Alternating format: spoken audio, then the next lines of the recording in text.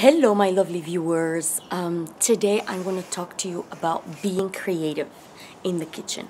So I've noticed a lot of people do the same thing over and over and over, and if they learn one single dish or two dishes that's the same thing they eat, when they go shopping, they shop for the same exact ingredients that you're familiar with, and they're not adventurous. They're not creative in the kitchen.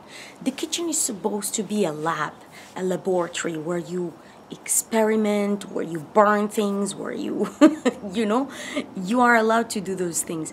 I know that a lot of people have a problem with time, but instead of watching TV, for example, I suggest you go in the kitchen or you go shopping and you discover new things. If you want to make time, you will make time. And the best thing to go about the kitchen and cooking, especially if you have a family, I think is involving others with you.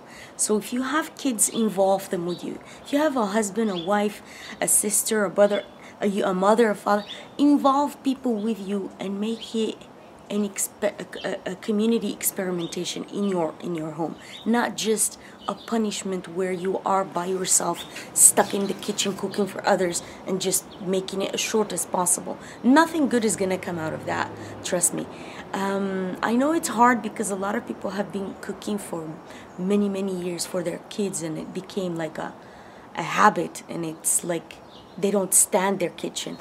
But try to look at it differently. Especially we have the internet now.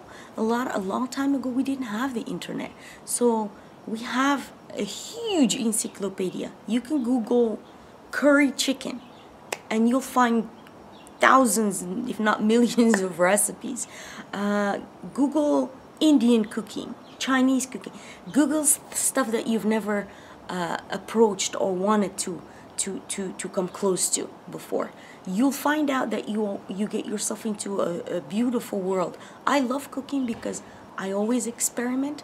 I'm always buying new ingredients. When I go to restaurants, I'm like, wow, how did they do that? And I try to guess what's in the food. But the best cooking is at home. Out there, they're trying to get you back to the restaurant to go back again. Most likely they're gonna be putting ingredients they're very addictive, very good tasting, but not very good for your health. Nobody's gonna care about your health like yourself, the health of your family. So my suggestion is be an experimenter, an explorer, and explore different cuisines from different parts of the world. Go to the internet, print recipes, research ingredients, spices. Don't eat the same thing over and over, because you don't know what's out there until you try it. If you're not a fish person, for example, find other recipes where the spices are so strong you can't even feel the fish. I know a friend of mine doesn't like fish, but when I make it with cilantro and paprika and garlic, and I bake it in the oven after it's cooked on the stove, and I put like a little bit of cheese on top, drizzle or grate some cheese. It does not taste like fish at all. So try to find creative ways of making your kitchen an adventure, because once you go inside the kitchen with a mindset, oh my God, I want to know what's gonna come out of these ingredients that I just bought, and you become an explorer, your health will improve tremendously. Your health will improve, and your body will feel good. You'll get more nutrition because you're experimenting with things that you didn't touch before. Our body becomes deficient only at one point, when we eat the same thing over and over. If you do cyclical eating, sometimes like 1 month you eat more, you emphasize fish. 1 month you emphasize vegetables. You don't eat any animals. 1 week you experiment with leafy greens, with things in the oven.